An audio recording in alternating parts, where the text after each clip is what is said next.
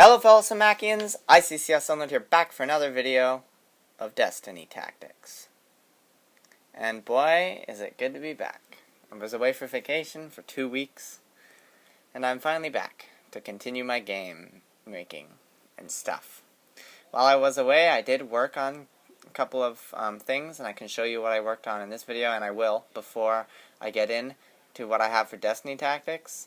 But I might as well talk about what you can see in front of me.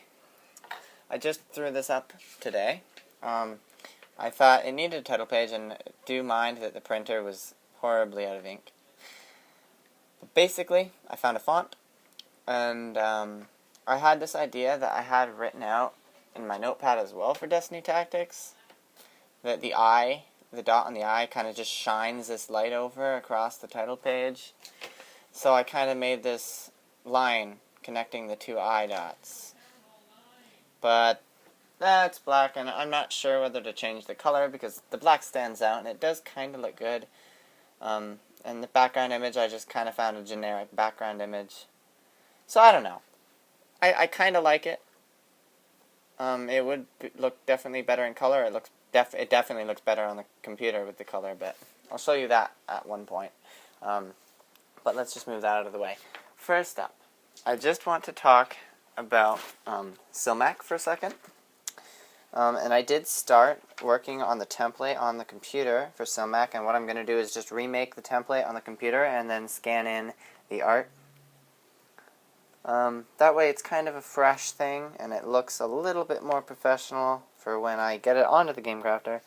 And I had done all this planning. So all these numbers and letters is all the 6 dimensions, so light, sea, terrain, ominous, inferno, and weather. And then we have what level and how many of that level, including Mythic and Champion, what rarity that level of card is going to be, and then whether it's going to be a monster, a spell, a building, a dimension, or a surprise. So I planned all that out. At the bottom, I just took up a tally that had 3 level 1s, 3 level 2s, 5 level 3s, 6 level 4s, stuff like that. And then on the back, I did a kind of organization count of how many of what level of each rarity. So I have 8 level 1 commons, and 11 level 2 commons, and stuff like that. So now, once I have that stuff, now that I have all that stuff, the game balancing will be a little better, and I can start actually designing cards. But I want to focus on the first set of Silmac first and get it out of the way and out before I get into that. So, now getting into this video, Destiny Tactics. I thought up the names and the lore and everything for the 4 main civilizations or nations that I'm going to be making into the game, as well as I made up some lore for the first game board, which is the Scalestone Desert. And you saw the game board in the other video. This is just the drop that I made of the game board before to kind of see what resources is going to look like.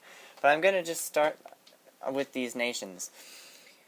So first up, this is the symbol for essentially the nature area, which is green and also known as terrain in Silmac. And it represents growth, defense, and expansion. And so I was toying around with a couple of names, and I came up with the Ironclaw Pact.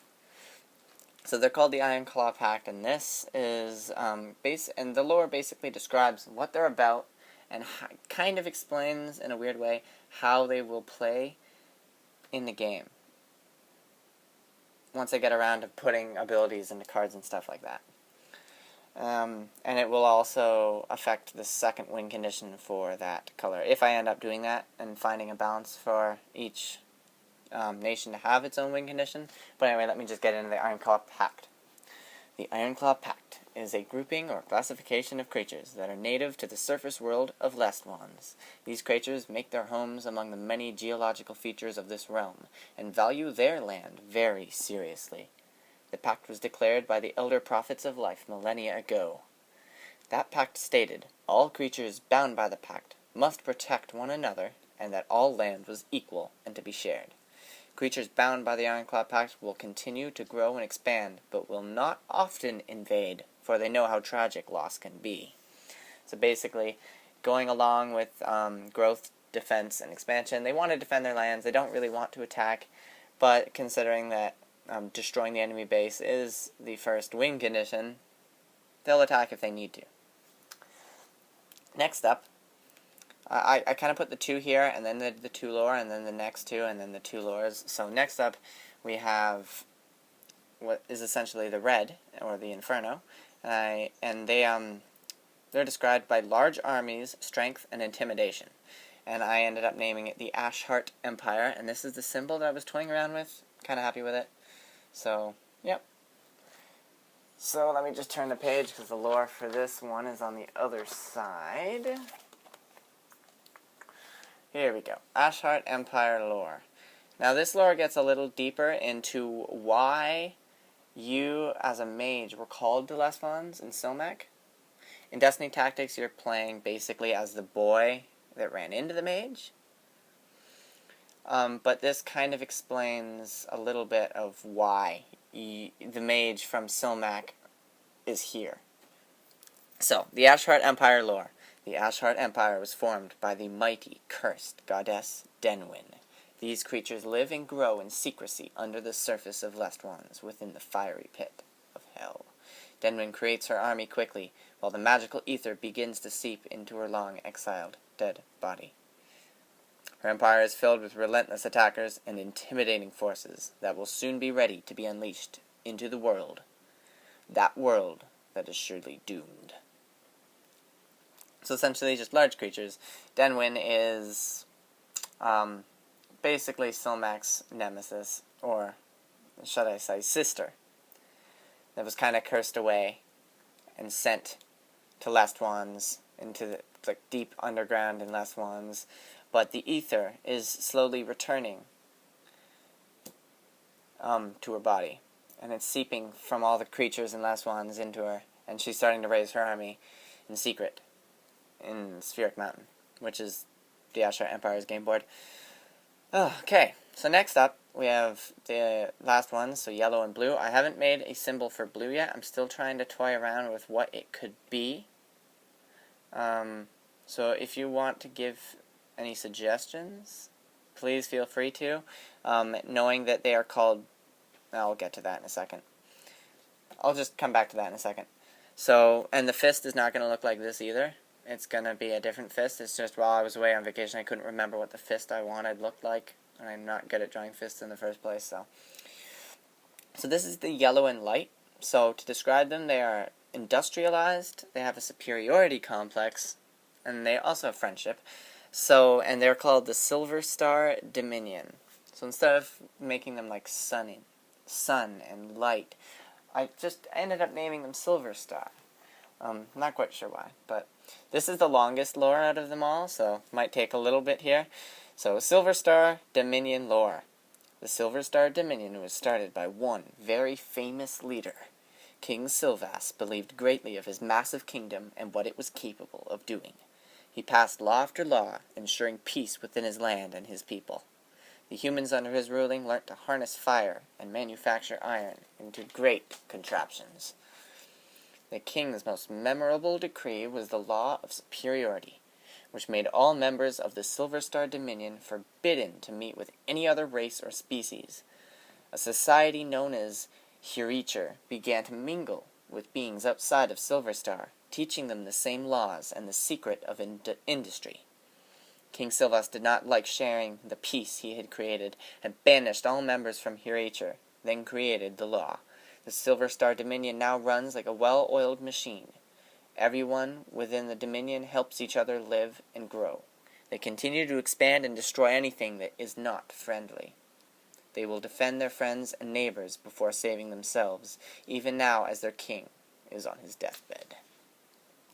So basically, they're friends to each other, but they have no care whatsoever to any other creatures or any other nations. They are very friendly within their own nation, but when it comes to other nations, they're shut out.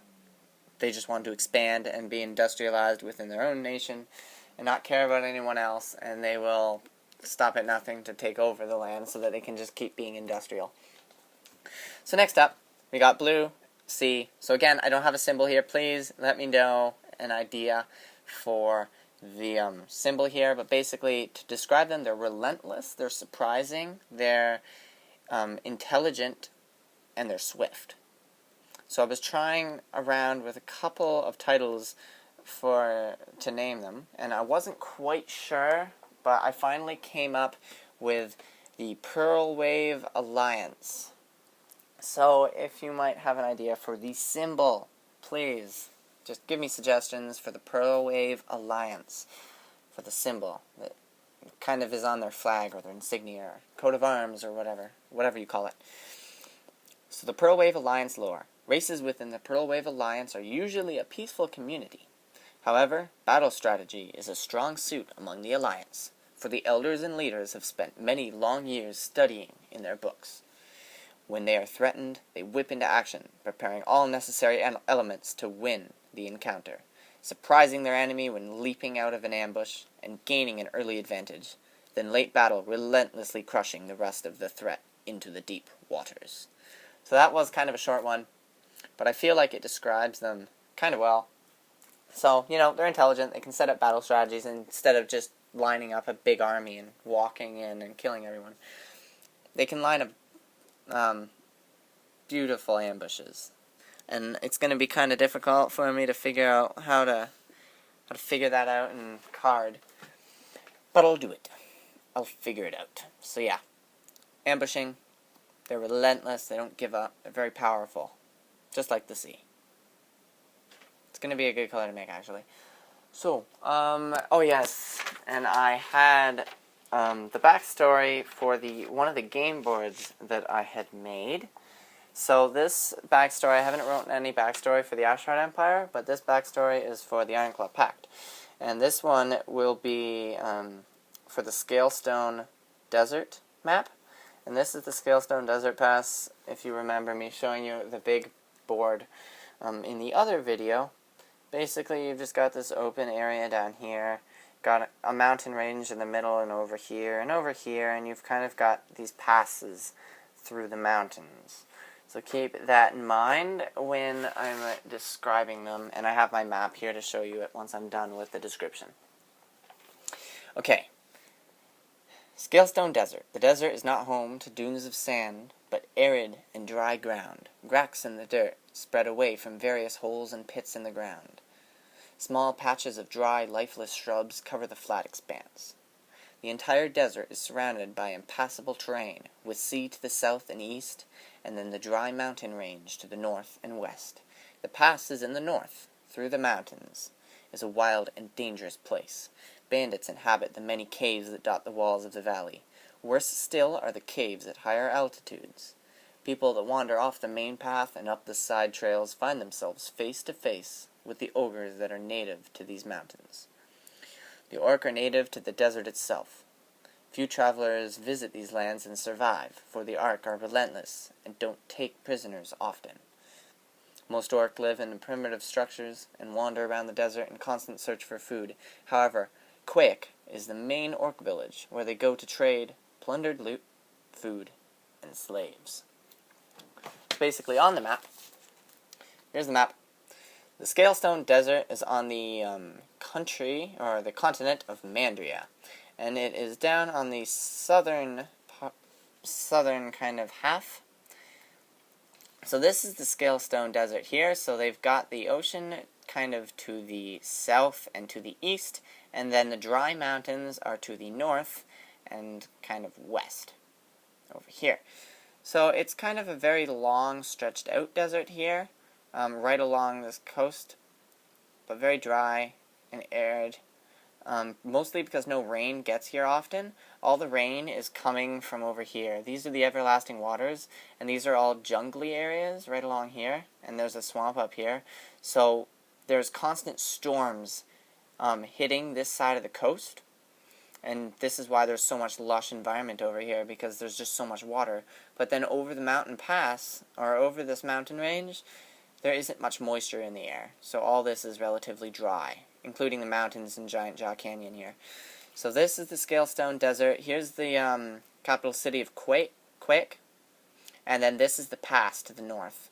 that leads out of Scalestone Desert and up towards the Elven Forest and out towards the Cobalt area and up north towards, yeah, other places. So that's that on the map. And I believe that is everything. Sorry for, like, no cards at all, and it's all just reading and words and backstory, but I feel like it's important.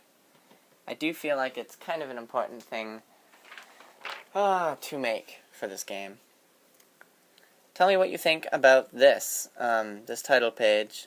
Obviously, I wish it was in color and wasn't all faded and inkless to show you, but this is what I had to show you, so I could show you it. Anyway, thank you very much for watching. If you enjoyed, please leave a like down below and comment on what you thought about, like I said, my title page, any of the backstories, and leave suggestions about what the symbol can be for the Pearl Wave Alliance. And I believe that is everything. Again, I'm working on Silmac kind of diligently on the computer to try and figure out some stuff. And I might have a video out of that in a couple of days. I just started school today. Today was my first day, so now I have school and work. So it's going to be kind of hard for me to actually make stuff, but I'm going to try my very hardest. So, I hope you enjoyed this video. And like always, Sunlord is up.